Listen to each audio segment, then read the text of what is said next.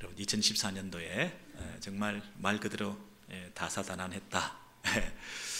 유난히 크고 이 샤킹한 그런 뉴스들이 많았던 것 같아요. 여러분 한국의 뭐 10대 뉴스 2014년 뭐 있을까요? 뭐 금방 생각나는 게 대한민국을 막 뒤흔들어 놓았던 세월호 사건 뭐 비롯해서 최근에 그 뭐 정당을 하나 해체하는 헌법재판소의 판결 뭐 이런 것들, 그런 뉴스들이 금방 생각이 나고요. 미국에는 어떤 큰 소식들이 있었나요? 뭐 미주리주에서 퍼거슨에서 있었던 무장하지 않은 흑인들을 너무 과잉으로 진압한 우리 백인 경찰에 대해서 기소하지 않기로 대배심이 했던 그런 것으로 인해서 시위가 확산되었던 뭐 이런 일들을 비롯해서 우리 이민자들에게 우리 커뮤니티에 특별히 좋은 뉴스가 하나 있었다고 한다면 그것은 대통령이 행정명령을 발동해서 그동안 지지부진하던 그 이민개혁에 대한 그래서 500만 명 이상의 그 불법 서류가 미비되었던 그 우리 형제자매들의 그 형편들을 추방을 유예해주고 일자리를 이렇게 허용하는 그런 명령을 발동함으로 굉장히 큰 뉴스가 되었던 것 같아요, 그죠? 이런 소식들을 접하면서 왜 이게 이제 이렇게 이번에 이렇게 될까? 대통령이 그걸 굳이 이렇게 여야가 합의하지 못하고 행정명령으로 발동함을 말미암아 한쪽에서는 또 그게 월권이니 뭐 20개 주 이상의 주정부들이 제소를 해가지고 이걸 문제 삼겠다 그러고 뭐 이런 그 상황 속에서 이민자들에 대한 이런 법들이 늦게나마 이렇게 되었을까? 대통령이 왜 그걸 꼭 이렇게 해야만 된다? 이런 생각할 때 이게 서로 이해관계가 막 얽혀 있고 반대하는 쪽, 찬성하는 쪽 막 서로 악유를 하다 보니까 타협을 이루지 못하고, 양보와 타협이 뭐 민주주의의 기본이라고 하지만 사실은 서로 양보하지 못할 이 마지노선이 있는 거죠, 그죠? 절대로 타협이 안 되는 어떤 자기 나름대로의 바른 라인이 있는 거죠. 그러다 보니까 그 부분에서 내놓을 수 없고 양보할 수 없다 보니까 팽팽하게 기차 선로처럼 가다가 결과적으로는 백성들만 손해를 보고 어떤 그 정파적인 이익 그리고 경제적인 논리, 이게 도움이 되나, 돈이 도움이 되나 안 되나 뭐 이런 식의 여러분 이런 논리 싸움 때문에 결과적으로는 이것이 지지부진한 이런 결과를 초래하게 돼서, 여러분 제가 왜 이런 말씀드리냐면 우리가 2014년을 살아온 동안에 우리가 어떤 일을 결정하고 또 선택하고 새해에 우리가 어떤 일을 설계하고 해 나갈 때에 이게 될 일인가, 할 수 있는 일인가, 어떤 근거로 이것을 결정해야 되나, 경제적인 면에서 이게 수지타산이 맞나, 경제 논리를 가지고 우리 흔히들 얘기할 때가 있지 않습니까? 예를 들어서 뭐 백악관에서 경제수석과 정무수석과 이렇게 뭐 비서관들이 모여서 회의를 하는데 이민개혁 법안을 신분 문제를 해결해주는 사면을 단행한다 이렇게 했을 때 이게 손실을 따지지 않겠습니까? 그래서 경제수석이 이렇게 얘기를 하겠죠. 과연 그럴 만한 가치가 있겠습니까? 그것을 위해서는 얼마나 많은 비용이 들겠습니까? 뭐 국경을 강화하기 위해서 철책을 강화시키는 공사를 해야 되는데 그 비용은 누가 될 겁니까? 그들을 다 풀어줬을 때 그러면 사회 혜택, 사회복지, 소셜시큐리티 연금 같은 것도, 그러면 의료 혜택도 다 줍니까? 그러면 그들이 일거에 그렇게 다 정부가 다 부담을 해주면 누가 돈을 냅니까? 경제 논리로 볼 때 이게 안 될 수가 있지 않습니까? 또 한편으로는 또 그들이 감당하는 노동이라고 하는 부분이 있고 그 자리에 일자리를 창출해주고 또 감당해 줘야 되는 어떤 노동의 영역들이 오히려 그 사람들이 국가 경제에 이바지하는 면들도 있기 때문에 그런 면에서 이게 전체적으로 볼 때 경제적으로 손해가 아닙니다라든가 이런 식의 경제적인 잣대를 가지고 이게 도움이 되나 안 되나, 돈이 안 되고 국가 경제에 미치는 악영향이 있다 그러면 이게 아무리 옳은 일이라도 경제 수석 입장에서는 이걸 못한다고 막아야 될 거 아닙니까? 뭐 그런 식의 싸움들이 막 일어나겠죠. 그런 얘기를 듣고 있던 이 정무수석이라 그럴까요? 뭐 정치 쪽에 민감한 센스가 있는 사람들은 좀 돈이 손해를 본다 하더라도, 경제적으로 조금 문제가 있다 하더라도 사람들이 지금 들고 일어날 판입니다. 백성들의 동향을 보십시오. 이민자들의 그 커뮤니티가 지금 들쑤시고 있는데 지금 더 이상 미루었다가는 문제가 심각하고 곧 이 선거가 다가올 텐데 표 관리를 해야 되고 인기를 얻기 위해서 우리 정치 논리로, 여러분 정치 논리라는 건 뭡니까? 우리가 정권을 창출하고 이 정권을 유지하기 위해서 백성들의 관심을 사고 통치 기반을 그들의 여론적인 지지를 통해서 우리가 확대해야, 아니 뭐 표를 잃고 인기를 잃어서 정권을 놓치고 나면 무슨 소용이 있습니까? 경제가 무슨 소용이 있습니까? 일단은 그 사람들의 마음을 잡아야 되니까 일단은 풀어줍시다. 뭐 이런 정치 놀이를 가지고 주장하는 사람이 있을까 하면 최소의 경비로 최대의 효과를 얻는, 가치를 창출하는 작은 비용으로 작은 돈을 들여서 굉장히 많은 돈을 얻을 수 있는, 효과를 가질 수 있는 이런 경제 논리를 가지고 주장하는 사람들이 있고, 이 서로가 막 싸우지 않겠습니까? 그래서 서로 싸우다 보니까 경제 논리를 가지고 싸우는 사람이 있고 정치 논리를 가지고 싸우는 사람이 있고 서로 다 이해가 상충하고 서로 마음이 맞지 않고 계속 가고 있는 거죠. 그랬을 때 여러분 제3의 논리가 개혁의 논리라 이렇게 말할 수 있겠죠. 대통령이 생각할 때, 제가 뭐 오바마 대통령을 지칭하는 게 아니고요, 여자가 서로 대립해서 뭐 싸우고 리더십을 가지고 있는 사람이 서로 경제 논리를 가지고 이건 돈 때문에 싸우고 있고 된다 안 된다 그러고, 그 다음에 인기 표 때문에 뭐 정치 논리를 가지고 된다 안 된다 그러고 이걸 판단하려고 하는 이런 수준에 있는 것을 더 이상 지켜보지 말고 멀리 바라보면서 국가의 미래를 바라보고 그 백성들의 복지를 생각하고 그 인권을 생각하면서 좀 더 이상적인 잣대를 가지고 지금 당장은 손해를 본다 하더라도 개혁의 어떤 바람을 일으켜서 결과적으로는 먼 훗날 정말 잘했다, 그렇게 칭찬받을 만한 그런 꿈을 가지고 정치를 하고 리더십을 가지고 공동체를 이끌어 가야 되지 않냐 하는 면에서 정치 논리에 발목 잡히지 않고 경제 논리에 휘둘리지 않으면서 개혁의 논리를 가지고 이건 해야 되는 일입니다, 손해를 보더라도 이건 해야 되는 일입니다 하면서 그것을 가지고 힘있게 밀어붙여 나갈 때에 그 공동체가 발전해 가지 않겠습니까? 여러분 당장은 개혁을 한다고 하는 것은 굉장히 위험 부담이 많죠.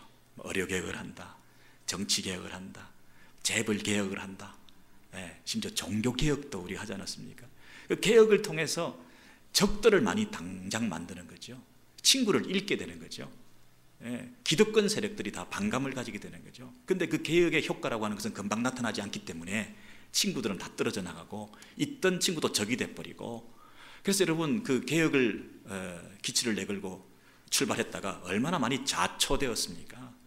뭐 개혁한다 그랬다가 실패한 게 얼마나 많습니까? 왜냐하면 반발들이 너무 심하거든요. 당장 불이익을 당하니까 개혁이 옳은 얘기를 한다 할지라도 그것을 지지해 주지 않습니다. 당장 내가 손해를 보니까. 그래서 여러분 이 세 가지가 경제 논리냐, 정치 논리냐, 개혁의 논리냐, 이런 것을 가지고 어떤 상황을 들여다보면 우리가 가야 될 방향이 조금 설정이 될 수 있다는 면에서 여러분에게 도움을 드리고 싶습니다. 2014년 어떻게 살아오셨습니까? 어떤 논리에 근거해서 여러분이 결정하고 판단하고 일을 도모해 오셨습니까? 아니 2015년 앞으로 새해가 밝아올 텐데 또다시 2014년을 답습하면서 경제 논리에 사로잡혀서 돈 되는 것이면 무조건 다, 아니면 사람의 인기와 영합, 표를 얻기 위한 그 일에 관심 사는 그 일에 내 양심도 버리고 그렇게 2015년도 달려갈 것인가? 아니면 우리가 신앙인으로서 하나님 앞에서 하나님 기뻐하시는 그 일을 위하여 하나님 그분 앞에 말씀을 순종하면서 그렇게 살아갈 것인가?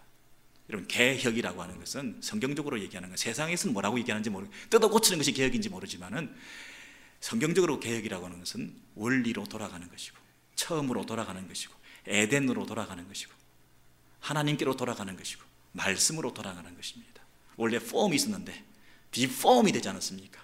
근데 다시 그 디폼된 상태에서 리폼으로 돌아가는 거죠. 다시 리포메이션 하는 거죠. 폼으로 원래대로 돌아가는 것이 개혁이지 뜯어 부수는 게 개혁이 아니지 않습니까? 그러면서 우리가 개혁적인 사고를 가져야 된다는 얘기는 성경적인 사람이 돼야 된다, 하나님 중심, 말씀 중심의 삶을 살아야 된다, 뭐니 해도 하나님 앞에서 내가 살아가는 그 정신, 그것이 개혁적인 사고와 삶의 모습이라는 거예요. 그러면 2015년에 다시 한번 첫 마음을 회복해서 그 하나님 앞에 첫사랑을 회복해서 그 하나님의 뜻이라고 하면 무조건 순종하고 하나님이 가라고 하는 것이 가고 하나님이 쓰라고 하는 것이 설 수 있는 이런 하나님 중심, 하나님 말씀 중심의 순종의 자세를 가지고 살 것인가, 돈 때문에 휘둘릴 것인가, 사람 눈치 보며 휘둘릴 것인가, 이거 분명히 결정하지 않으면 2015년도도 또 실패할 수밖에 없지 않습니까?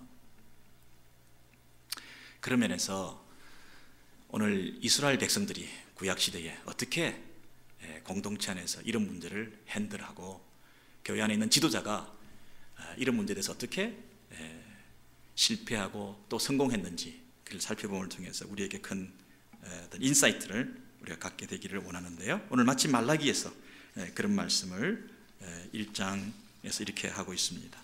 말라기 1장 6절 7절에 보시면 제일 처음에 뭐라고 되어 있냐면 앞에 보시죠. 내 이름을 멸시하는 제사장들아, 이렇게 되어 있습니다. 지금 하나님께서 누구에게 하는 말씀인가요? 제사장들에게 하는 말씀입니다. 근데 그 제사장들이 누구를 어떻게 했다고요? 하나님을 멸시했다 그랬어요. 그럼 내 이름을 멸시했다는 얘기는 뭐 이름 거기에 뭐 이렇게 뭐 낙서를 했다는 게 아니고 이름이 담고 있는 하나님 그 자체, 하나님 본체를 말하잖아요. 하나님을 멸시했다는 거죠. 누가? 하나님께서 세우신 제사장들이 그렇게 했다는 거죠. 그럼 제사장들은 어떤 존재입니까? 하나님과 그 백성 사이에서 이 둘을 연결시키는 역할을 하는 거죠. 하나님 말씀을 가감 없이 전달하고 그리고 백성들의 문제를 지적해서 하나님 앞에 바로 설 수 있도록 중간에서 도와주는, 그래서 이 백성들이 하나님 앞에 나아갈 수 있도록 거룩하신 하나님 앞에서 이 백성들이 자신의 문제를 해결해서 하나님 앞에 나아갈 수 있도록 도와주고, 또 하나님의 거룩하신 말씀이 감히 이 죄인들에게 전달될 수 없는데 하나님의 은혜로 그 말씀이 임할 수 있도록 하나님 앞에 서서 그 말씀을 전달해주는, 연결시키는 역할을 해야 되는데 이 제사장들이 하고 있는 짓이 뭔가를 생각해 보십시오. 하나님을 멸시했다 이렇게 말합니다. 어떻게 멸시했나? 남한군의 여호와가 너희에게 이르기를 나를 공경함이 어디 있느냐? 마음의 문제네요. 제사를 겉으로 드리는 형식의 문제가 아니었어요. 종교적인 의무를 다하고 있는 그 자체를 말하고 있잖아요. 공경함이 어디 있느냐? 마음의 문제네요. 그죠? 그리고 나를 두려워함이 어디 있느냐? 여러분 잘 보세요. 공경함이 어디 있느냐? 두려워함이 어디 있느냐? 하나님께서 예배에서 보시는 것은 여러분의 마음속에 하나님을 두려워하는 마음이 있느냐, 하나님을 공경하는 마음이 있느냐, 그걸 보는 거지. 예배 참석을 말하고 있지 않고 예배에서 봉사하고 있는 걸 말하고 있지 않고 예배에 그저 왔다 가는 것을 말하고 있지 않는다는 것이죠. 네 마음이 지금 어디 있느냐? 두려워함이 어디 있냐? 하나님께서 대표인, 백성들의 대표인 제사장들에게 네가 나를 멸시했다, 나를 향한 마음이 없다, 마음이 없는 상태에서 껍데기만, 몸만 앉아있는 그 제사가 나를 멸시한 거다, 그렇게 말을 하고 있어요. 예배에 집중하지 못하고 예배에 대해서 계신 하나님만 바라보지 못하면서 전심으로 하나님을 노래하지 못하는 너의 마음이 나를 멸시한 거다. 그런데 백성들이 그렇다 한들 제사장인 네가 그것을 바로잡아야 되지 않느냐. 이 제사장은 어떻게 하고 있습니까? 어떻게 우리가 주를 멸시했습니까? 이렇게 말하는 거예요. 하나님께서 멸시했다고 하는데도 언제 우리가 멸시했습니까? 너희가 더러운 떡을 나의 단에 드리고도 말하기를 우리가 어떻게 주를 더럽게 하였나이까? 여러분, 부정한 제물을 드렸다는 것입니다. 하나님 앞에 거룩한 예물을 준비하지 못하고 하나님 앞에 온전한 예물을 드리지 못하고 하나님이 정하신 방식이 아니라 내가 정한 대로, 내가 편리한 대로, 내가 그냥 정한 방식으로 예배를 드렸다는 것입니다. 부정한 떡을 드렸다. 하나님이 정한 게 아니라는 거예요. 하나님께서 받으시기로 합당한 예물이 아니라 내가 이렇게 드리면 하나님께서 받으시겠지 하고 정한 그런 예물을 자기 편의로 드렸다는 것이죠. 자, 그랬을 때 이 제사장이 백성들이 그런 떡을 그런 부정한 방식으로 인위적으로 자기 방식으로 제사를 드리러 왔을 때에 마음이 빠져 있는, 하나님에 대한 마음이 빠져 있는 그 예물을 가지고 왔을 때 이 제사장은 뭐라고 해야 됩니까? 그 예물 속에 담겨 있는 너의 마음이 없는 것에 대해서 책망하며 네가 그렇게 예물을 드리면, 그렇게 제사 드리면, 그런 태도로 예배 드리면 하나님 앞에 저주를 받는다. 제사장은 그렇게 마땅히 얘기를 했었어야 됩니다. 여러분 생각해 보세요. 부정한 떡을 가지고 와서 제사장이 그걸 받아가지고 그 부정한 떡을 하나님 앞에 드렸다는 얘기는 그 백성들도 하나님을 무시한 것이고 제사장도 중간에서 하나님을 무시하고 멸시한 꼴이지 않습니까? 그러니까 둘 다 망하는 거죠. 둘 다 하나님 앞에 범죄한 거죠. 누구를 탓할 수가 없는 거죠. 우리가 다 망할 수밖에 없다. 그러므로 이 부분에서 우리가 바른 예물을 드려야 된다, 이렇게 말을 해야 되는 거죠. 근데 이 제사장이 왜 그렇게 말하지 못했겠습니까? 왜 그렇게 말하지 못했겠습니까? 이 제사장의 관심은, 가장 중요하게 생각하는 건 뭐죠? 둘 사이를 연결시키는 데 있지 않고 자기가 그 자리에 앉아서 자기 자리를 지키는데 자기의 주안점이 있었기 때문에 굳이 양쪽을 건드릴 필요가 없죠. 자기의 사명은 이 둘을 연결시키는 것인데, 하나님과 그 백성 사이에 연결시키는 역할을 하기 위해서 거룩하지 않은 예물, 하나님 받지 아니하시는 예물, 그것에 대해서 책망을 했어야 됨에도 불구하고 그 거룩하지 않은 예물에 대해서도 둔감하게 눈 감아주면서 그냥 자기가 제사 드리는 그 자체 행위로 자리 보존이나 하고 있었죠. 자기의 정치적인 생명만 유지하려고 진정한 영적인 생명을 백성들이 누리는 일에 오히려 가로막이가 되었죠. 백성들은 지금 형편이 어떠냐 하면요, 많은 사람들이 하나님에 대해서 좀 시큰둥한 반응을 가지고 그 거룩하신 하나님 앞에 공경함과 두려움으로 예배드리지 못하고 공경함과 두려움이 없는 하나님에 대한 무뎌져 있는 영적인 감각을 가지고 그렇게 살고 있는 상태였어요. 그런데 그 백성들이 다 그렇다고 하는 형편을 알면서도 그들을 책망하기는커녕 그들에게 안주하고 그들에게 타협하고 그들을 방조하면서 그저 그들이 드리는 껍데기밖에 없는 예물을 받아서 제사 행위만 반복하고 있는 이런 제사장의 이런 모습을 저와 오늘 여러분 우리들 사이에서도 발견할 수 있지 않습니까? 여러분 당시에 이스라엘 백성들은 어떤 상태입니까? 저를 보시면 제가 몇 가지 설명을 드리면요, 이스라엘 백성들이 지금 포로 생활했습니다. 그래서 바벨론에 포로로 잡혀가가지고 벌써 뭐 몇십 년 전에 잡혀가가지고 어린아이가 같이 따라갔다고 한다면 그곳에서 1.5세가 됐겠죠. 그리고 그 바벨론에서 태어났다고 한다면 거기서 2세가 됐겠죠.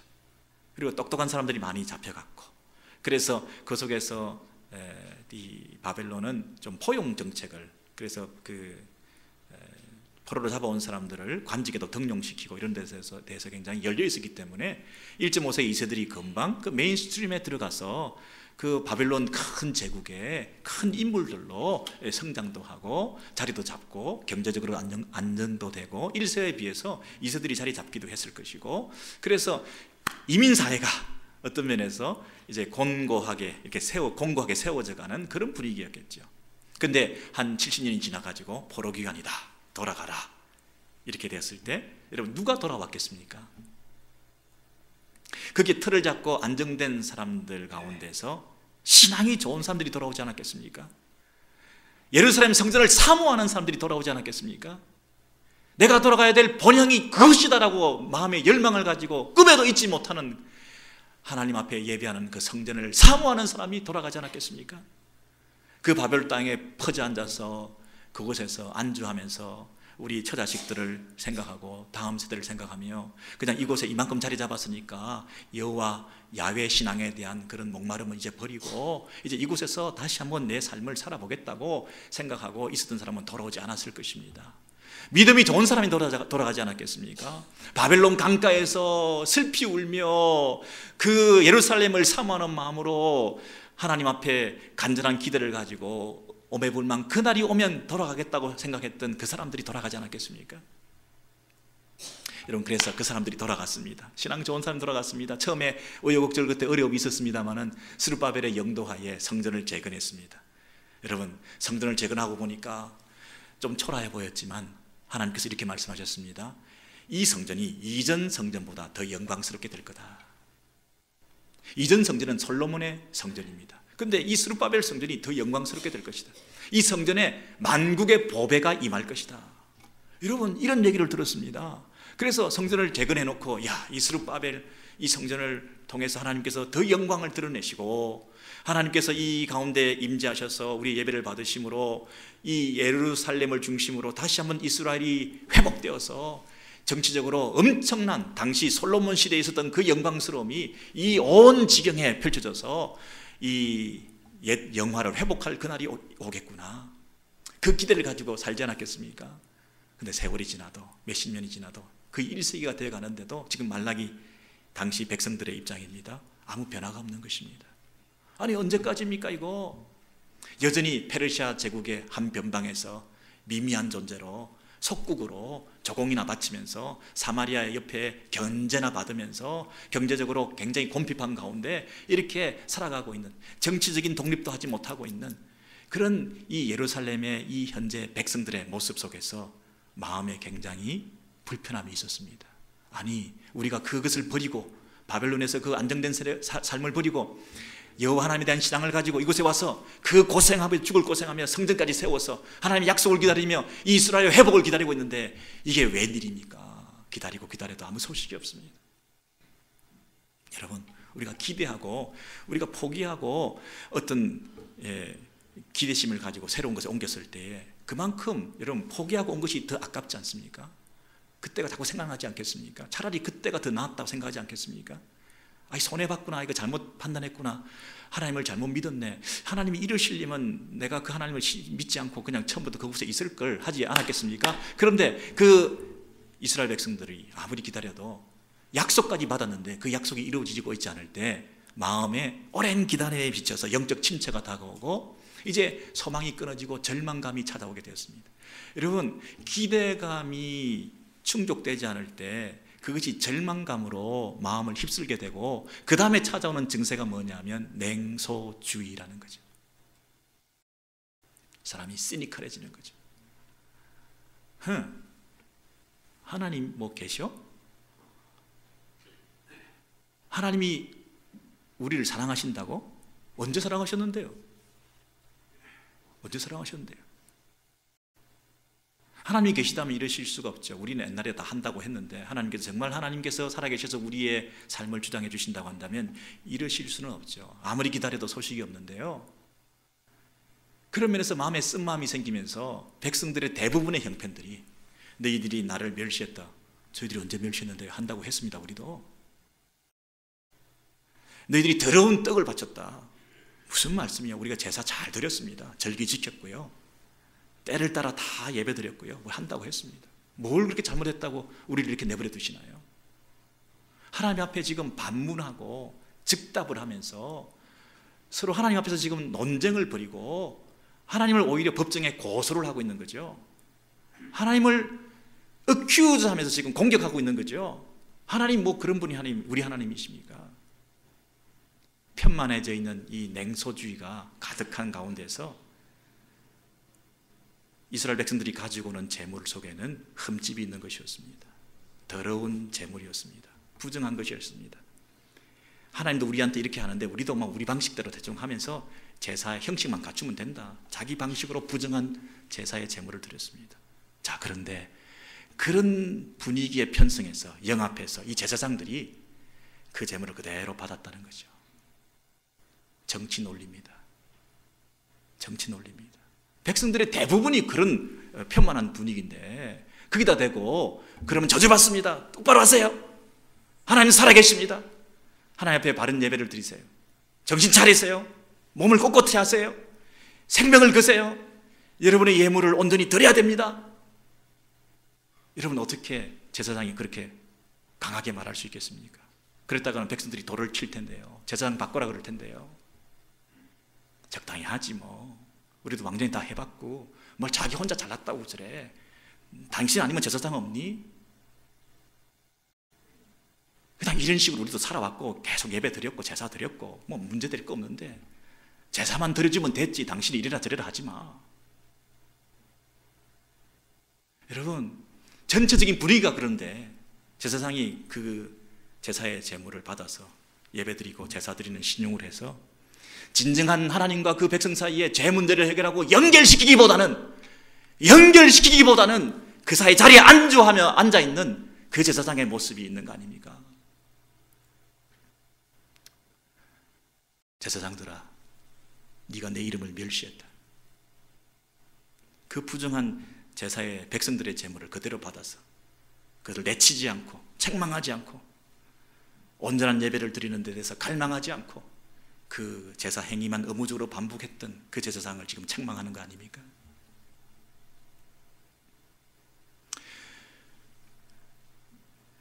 여러분의 삶이, 이민자의 삶이 얼마나 어려우십니까? 경제활동이 얼마나 어려우십니까? 그럼에도 불구하고 최선을 다해서 하나님 앞에 흠없는 예물을 바치기 위해서 얼마나 애를 쓰십니까? 얼마나 바쁜 가운데서도 시간을 내셔서 최선을 다하여 예배를 드리십니까? 너무 귀한 것입니다. 그러나 다 좋다, 수고한다, 애쓴다, 나와줘서 고맙다, 그래도 그렇게 한다는 게 대단하지 않냐? 여러분, 이런 선상에서 계속 머물러 가지고는 정말 하나님께서 받으시는 참된 제사를 우리가 드리게 할 수 있겠는가? 하나님께 정말 간합, 기뻐, 연락하실 만한 그런 예배를 진정으로 우리가 드리고 있는가? 그냥 우리 수준에서 그냥 이렇게 최선을 다했다고 생각하며 대충 적당히 드리는 이런 예배가 반복되고 있지 않는가? 목사도 장로도 그만하면 됐다, 당신들 수고한다, 우리도 피차에 마찬가지다. 하향 평준화가 되어서 정말 하나님이 원하시는 그 수준에 이르는 참된 예배를 드리지 못하면서 그냥 예배를 때우고 있는 이 습관적인 생활을 반복하고 있지 않습니까? 여기에 진정한 영적 부흥이 있습니까? 하나님과 여러분이 연결되고 있습니까? 하나님과 여러분을 연결시키기 위해서 과연 교회는 존재하고 사역은 존재하고 목사는 존재합니까? 교회 건물 유지하고 목사가 월급 주고 교회 형태를 그저 보존하기 위해서, 문 닫지 않기 위해서 그저 그냥 형식적으로 말은 안 하지만 사실은 다 그렇게 서로 타협하면서 현실 안주하고 있는, 이런 모두가 거짓말쟁이가 되어 있는, 모두가 하나님을 속이는 사기꾼이 되어 있는 이런 예배와 신앙생활이 계속되고 있지 않습니까?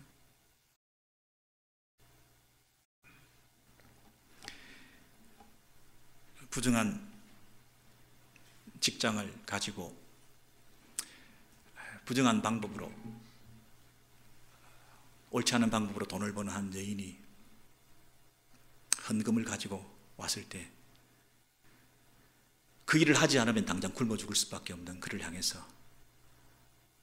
당신이 지금 해야 될 일은 헌금을 바치는 일이 아니라 그 직장을 그만두는 것이다.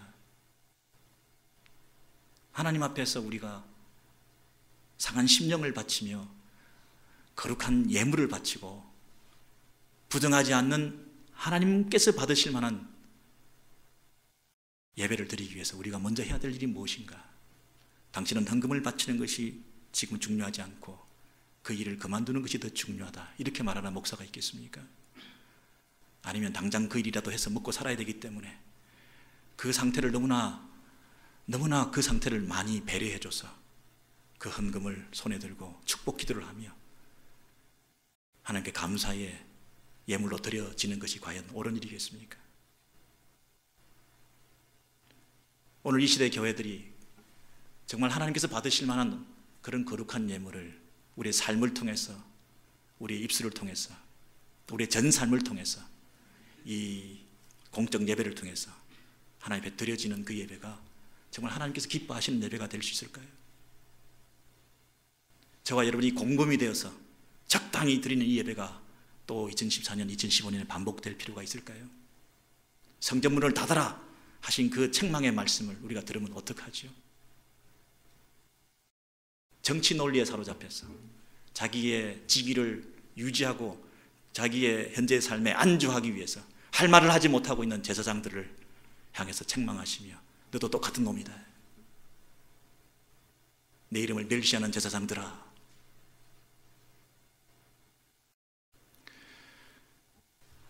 우리 공동체 안에서뿐 아니라 우리 가정에서, 우리 부모들이 자녀들에게, 우리 남편이 아내에게, 여러분 이 가정의 재단을 쌓고 하나님 앞에 진실된 거룩한 구별된 성도의 삶을 살아가는 이 패역한 세상 가운데서 하나님의 백성들의 삶이 어떠한 것인가 하는 것에 대해서 여러분 시간과 물질의 우선순위를 가리키며 우리 자녀들을 믿음으로 잘 끌고 가야 되지 않겠습니까?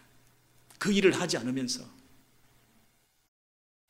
우리가 받기를 원하는 복만 우리의 마음속에 계속 되새기며 이 복이 주어지지 않으니까 냉소적인 태도는 계속되어서 기도해도 소용없고 예배를 그렇게 드려도 소용없고 아무리 기다려도 소용없고 이 신앙생활에 무슨 의미가 있단 말인가?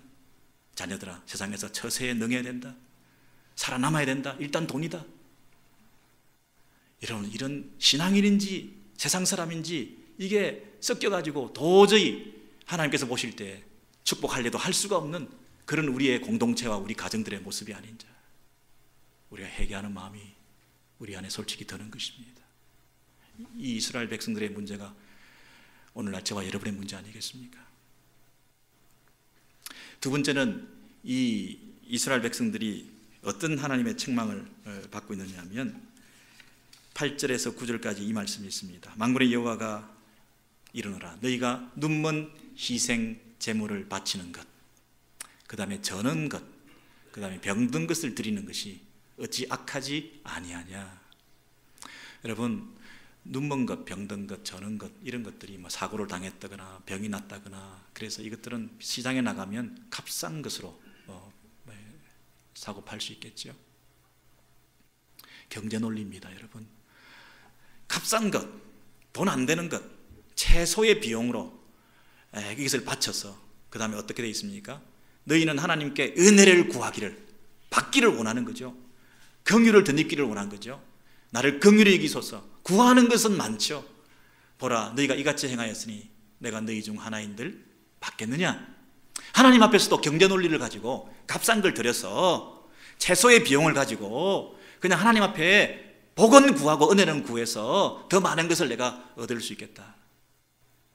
이런 경제 논리로 하나님을 섬기는 거죠. 여러분, 세상에서는 경제 논리가 통하고 그것이 지혜롭다고, 야, 그 비용을 들여가지고 그 많은 것을 얻었니? 네가 제일 잘했다. 자본주의 사회에서 네가 최고 승자다. 그렇게 말할 수 있을지 모르지만 하나님 앞에서 우리가 최소의 것을 바쳐서 최고의 많은 것을 내가 누리겠다는 것은 하나님 앞에서 하나님을 멸시하는 태도라는 거죠. 우리가 미니멈만 하려고 하는 사람들이 있어요. 어떤 단체에 들어가면 그 멤버십을 유지하기 위해서 그냥 미니멈 해야 될 의무들이 다 있죠. 미니멈만 가지고 그 의무는 다하며 멤버십은 유지하면서 그 단체에서 누리는 혜택은 다 가지려고 하는 사람들이 있죠. 여러분, 교회에 들어와 있다고 하는 얘기는 지체로서 우리가 가져야 되는 책임이 있고 의무가 있고 사명이 있고 하나님 앞에서 헌신이 있지 않습니까? 그런데 그 부분에 대해서 미니멈만 하는 거죠. 예. 그러면서 하나님께 구하는 복은 다 받으려고 하는 거죠.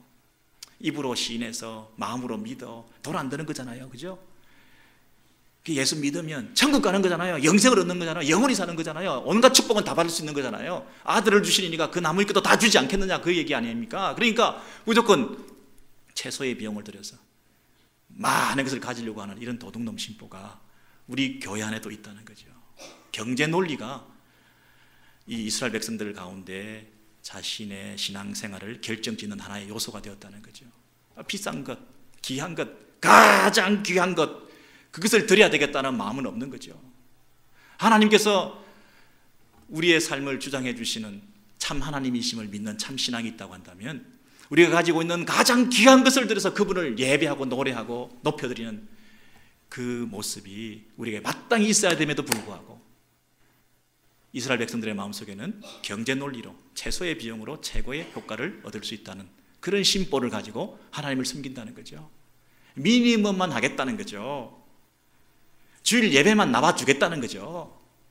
무슨 새벽 기도며 금요 기도며 뭐 그런 게 뭘 그렇게 꼭 해야 될 이유가 뭐 있냐는 거죠. 괜히 많이 나가면 일 없는 사람처럼 보이고 시간 많은 사람처럼 보여가지고 체면 깎이니까 아주 비싸게 놀아야 되겠다는 거죠. 예배 드리는 데 있어서도, 하나님 앞에 예배 드리는데도 내 자존심을 세우는 거죠. 왜 예배에 최선을 다하지 않으십니까? 왜 예배 시간을 지키지 않으십니까? 하나님 앞에 왜 흠 있는 예배를 드리십니까? 여러분이 가진 시간과 물질이 중요하다면 하나님 앞에 그 시간과 물질을 가장 귀하게 내어놓아야 하나님께서 그 예배를 받으시지 않겠습니까?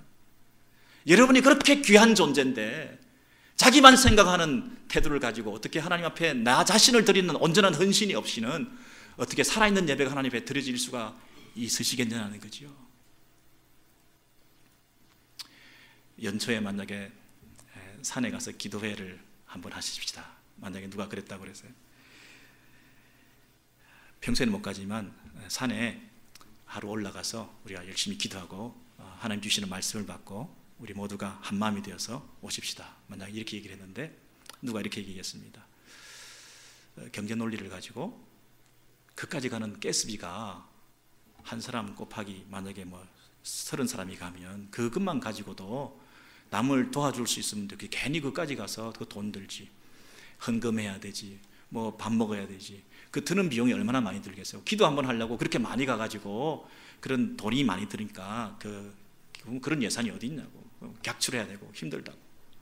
어떤 사람이 이렇게 얘기하겠죠. 정치 논리를 가지고 꼭 뭐 산에 가야 기도입니까? 뭐 여기서 기도해도 충분히 기도하는 건데 굳이 그렇게 기도하러 갈 필요가 뭐 있어요? 여기서 열심히 기도하십시다. 괜히 뭐 움직이고 그럴 필요가 뭐가 있습니까? 대부분의 사람들이 그런 생각을 가지고 있으면 기도원 가자고 했던 사람이 어떻게 되겠습니까? 아유 그냥 뭐 여기서 하죠. 여기서 하죠. 그러면 여러분 그 공동체는 평생 산에 한번 기도원에 갈 수 있겠습니까? 평생 못 가죠. 경제 논리에 발목 잡히고 정치 논리에 발목 잡혀서 그냥 그 사람들 편하게 그냥 해주면서 그냥 그렇게 가는 거죠. 그러니까 산에 올라가서 한번 하나님 앞에 마음을 터해놓고 온 공동체가 손을 잡고 하나님이 주시는 특별한 은혜를 받으며 새 마음 새 뜻을 가지고 이 천지창조를 하신 하나님의 그 섭리를 생각하면서 이 새로운 해를 허락하신 하나님께 감격하고 돈으로 따질 수 없는 영적인 은혜와 체험을 받으면서 하나님의 영광을 돌리고 돌아오는 그런 아름다운 모습들은 상상도 못하는 거죠. 만약에 그 공동체가 계속 그런 식으로 간다면. 우리 수련회 우리 자녀들이 오늘 오후 1시에 출발하는데요, 세상에 한 사람당 등록금이 120%예요. 우리 집은 애가 셋이니까 360%예요. 아니 그 금을 어떻게, 야 너 이번에 너는 가지 마라, 많이 갔으니까. 경제 논리에 사로잡혀서 그런 마음이 드는 거 있죠. 정치 논리에 야 이런 사람도 안 가고 저런 사람도 안 가고 다 안 가고 뭐 이래서 안 가고 SAT 때문에 안 가고 너는 공부해야 되니까 안 가고 뭐 이래서 이번에 너는 쉬고 뭐. 여러분 그런 논리 말고요, 하나님 앞에서 하나님께 돌아가자. 야 하나님께 바치는 것은 아깝게 생각하지 마. 하나님께 드리는 시간은 아깝게 생각하지 마. 하나님께 네 마음을 드리는 게 중요해.